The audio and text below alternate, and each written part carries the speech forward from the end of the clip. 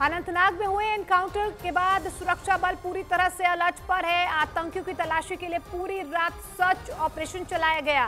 घने जंगल और पहाड़ों पर लाइट की मदद से आतंकियों की तलाश की जा रही है। अनंतनाग एनकाउंटर में सेना के 3 अफसर शहीद हो चुके हैं।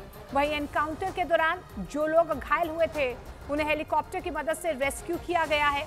3 तस्वीरों के जरिए आप समझने की कोशिश कीजिए। सुरक्षा बलों ने कल आतंकियों को ढेर किया। 2 आतंकी इस मुठभेड़ में मारे गए हैं। 3 अफसर शहीद हो गए, लेकिन पूरे इलाके में रात भर सर्च ऑपरेशन चला है। कुछ लोग जो घायल हुए हैं उन्हें हेलीकॉप्टर से रेस्क्यू किया गया है। और रिफत हमारे सहयोगी ग्राउंड जीरो से इस वक्त हमारे साथ बने हुए हैं।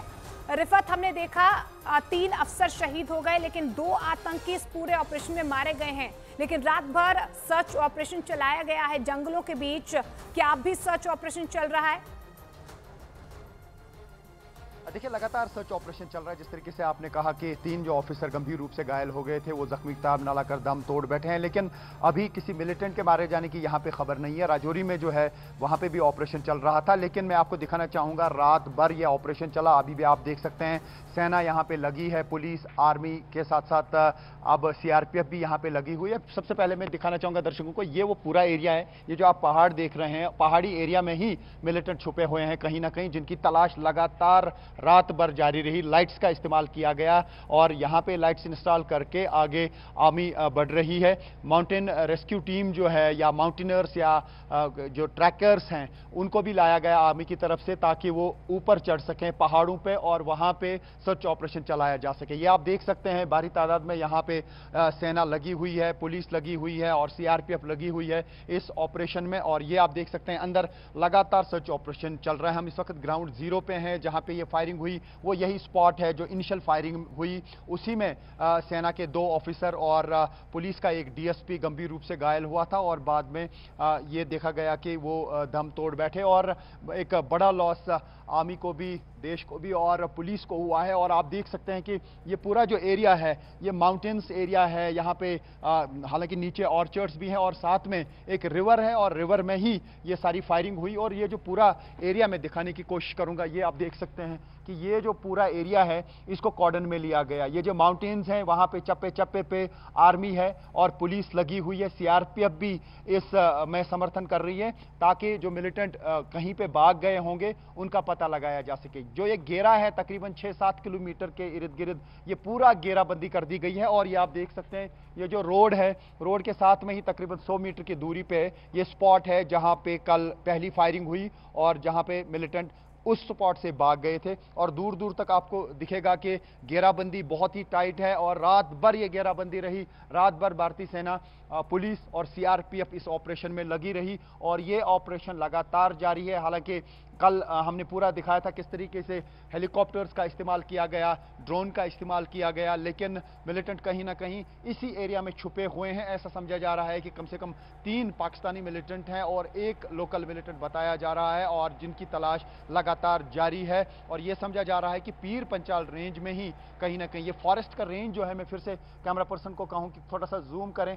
आप देख सकते हैं किस तरीके के हिल टॉप्स हैं, किस तरीके की स्टीप माउंटेन्स हैं और इनको क्लाइंब करना कोई आसान बात नहीं। यही एक वजह है कि आर्मी ने कल माउंटेनर्स की टीम लाई जो प्रोफेशनल्स हैं। उनके पास रोप्स थी, उनके पास कैराबिनास थे, उनके पास स्लीपिंग बैग्स थे, सब कुछ साजो सामान से लेस। अगर 10 दिन भी इन माउंटेन्स में रहना पड़े तो वो रह सकते हैं और सर्च ऑपरेशन कंटिन्यू कर सकते हैं। और अगर कोई जवान जख्मी हो जाता है फायरिंग में या पुलिस वाला कोई जख्मी हो जाता है तो उनको क्विकली इवैक्यूएट किया जा सके। कल इवैक्यूएशन में बहुत टाइम लगा। जो आर्मी के ऑफिसर्स और पुलिस का एक ऑफिसर घायल हो गया था, उनको फिर इवैक्यूएट करने में काफी ज्यादा टाइम लगा, क्योंकि वहां दर्रे हैं, वहां पहाड़ हैं और पहाड़ के बीच में जो दर्रा है वहां से क्विकली किसी को रेस्क्यू करना कोई आसान काम नहीं है। और आप देख सकते हैं यहाँ पे ये भारतीय सेना है, ये ग्राउंड जीरो है जहाँ पे इस वक्त ऑपरेशन बड़े पैमाने में चल रहा है। जिस तरीके से कल भी जनरल ऑफिसर कमांडिंग जो 15 कोर के हैं वो खुद यहाँ पे आए, डीजीपी दिलबाग सिंह आए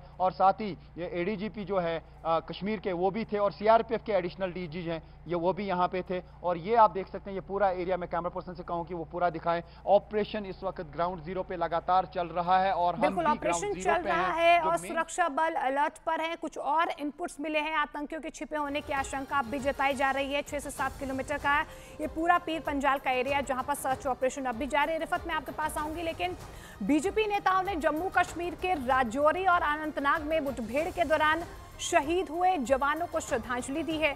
उन्होंने कहा कि उनकी शहादत बेकार नहीं जाएगी।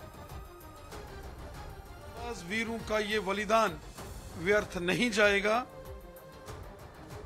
आतंकवादियों का चुन चुन कर सफाया होगा। राजौरी के आतंकी हमले में शामिल दोनों आतंकवादियों को सेना और पुलिस ने मौत के घाट उतार दिया है। कश्मीर में शांति व्यवस्था को कायम रखने के लिए हमारे सुरक्षा बल पिछले 30 साल से काम कर रहे हैं। बहुत लोगों की शहादत हुई है, लेकिन शहादत बेकार जाने वाली नहीं है।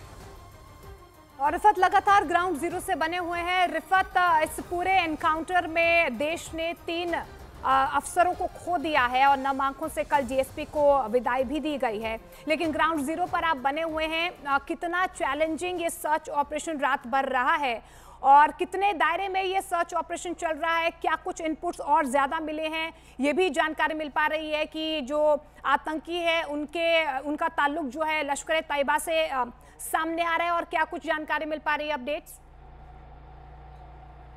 देखिए, लगातार इनपुट्स कलेक्ट किए जा रहे हैं। हालांकि ह्यूमन इंटेलिजेंस के साथ साथ जो टेक्निकल चीज़ें हैं उनको भी देखा जा रहा है। अगर कहीं पे सीसीटीवी फुटेज मिलती है उसको देखा जा रहा है, लेकिन ये फॉरेस्ट एरिया है, यहाँ पे कहीं पे सीसी कैमरा होगा ये मुश्किल लग रहा है। लेकिन कहाँ से वो आए, किस एरिया से वो आए, वो चीज़ें खंगालने की कोशिश की जा रही है। चूंकि यहाँ पर जो इनिशियल फायरिंग हुई उसी में फौज और पुलिस को नुकसान हुआ, लेकिन उसके बाद पूरे एरिया की घेराबंदी कर दी गई है।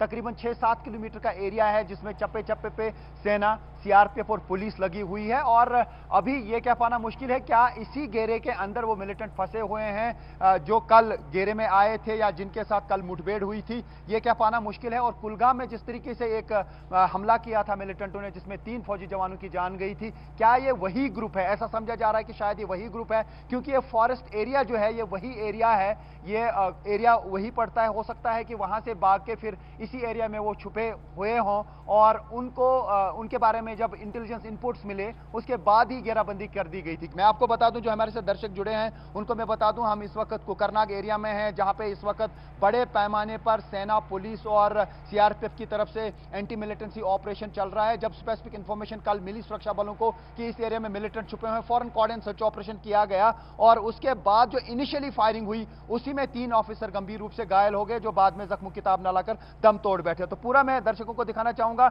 ये पूरा एरिया है और जब यहां मैं कैमरा पर्सन से कहूं कि यहां पे आए और दूर दूर तक जब हम जूम करेंगे और यहां से आपको दिखेगा कि किस तरीके से यहां पे भारतीय सेना लगी हुई है इस ऑपरेशन में। चप्पे चप्पे को खंगाला जा रहा है, चप्पे चप्पे की तलाशी ली जा रही है और खंगाला जा रहा है। और कोमल सिंह हमारी सहयोगी, रिफत मैं आपके पास आऊंगी, कोमल भी हमारे साथ जुड़ गई है किश्तवाड़ से।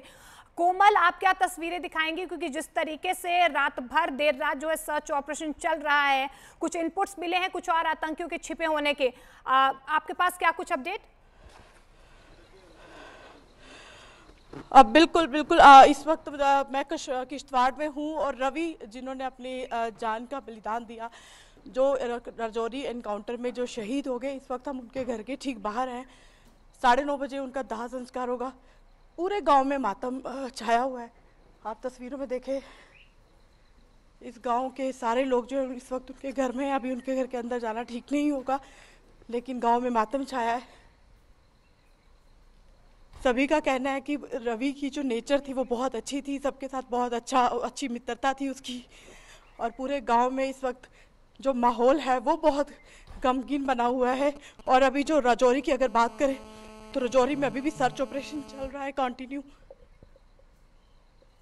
बिल्कुल, इस गांव में आके ये वक्त ऐसा है कि शब्द नहीं निकल पाते हैं, लेकिन जिस तरीके से सर्वोच्च बलिदान दिया है अपने आप में गौरवान्वित करने की बात है। हालांकि नम आंखों से कल डीएसपी जो शहीद हुए थे उन्हें भी नामांकों से आखिरी विदाई दी गई और हम तस्वीरों में भी देख पा रहे हैं कि गांव में फिलहाल मातम पसरा हुआ है। रिफत, मैं आपके पास आना चाहूंगी क्योंकि आप ग्राउंड जीरो पर मौजूद हैं और उस इलाके में भी मौजूद हैं जहां पर ये एनकाउंटर हुआ था। अभी फिलहाल जिस तरीके से पूरा सर्च ऑपरेशन चल रहा है और कितना चैलेंजिंग हो सकता है ये सर्च ऑपरेशन? देखिए, बड़ा चैलेंजिंग है क्योंकि ये फॉरेस्ट एरिया में है और यहाँ पे मिलिटेंट को ढूंढ निकालना बहुत मुश्किल है। चप्पे चप्पे की तलाशी ली जा रही है। मैं अपने कैमरा पर्सन से कहूँ कि वो जूम इन करें और आपको दिखाएं किस तरीके से भारतीय सेना, पुलिस और सीआरपीएफ इस पूरे ऑपरेशन में लगी हुई है। हर तरीके की चीज़ों का इस्तेमाल किया जा रहा है। जिस तरीके से मैंने कल कहा कि ड्रोन का इस्तेमाल किया जा रहा था और साथ ही जो यहाँ पे हेलीकॉप्टर्स का इस्तेमाल किया गया, तो बहुत बड़े पैमाने पे यह ऑपरेशन चल रहा है। रिसेंट टाइम्स में ये पहला ऐसा ऑपरेशन है जहाँ पे खुद जनरल तो बड़े पैमाने पर सर्च ऑपरेशन चल रहा है। यही कहीं ना कहीं अब आगे देखा जा रहा है कि सर्च ऑपरेशन जो है वो सफल हो, क्योंकि देर रात से ये सर्च ऑपरेशन चल रहा है, क्योंकि कुछ और इनपुट्स यहाँ पर मिल रहे हैं।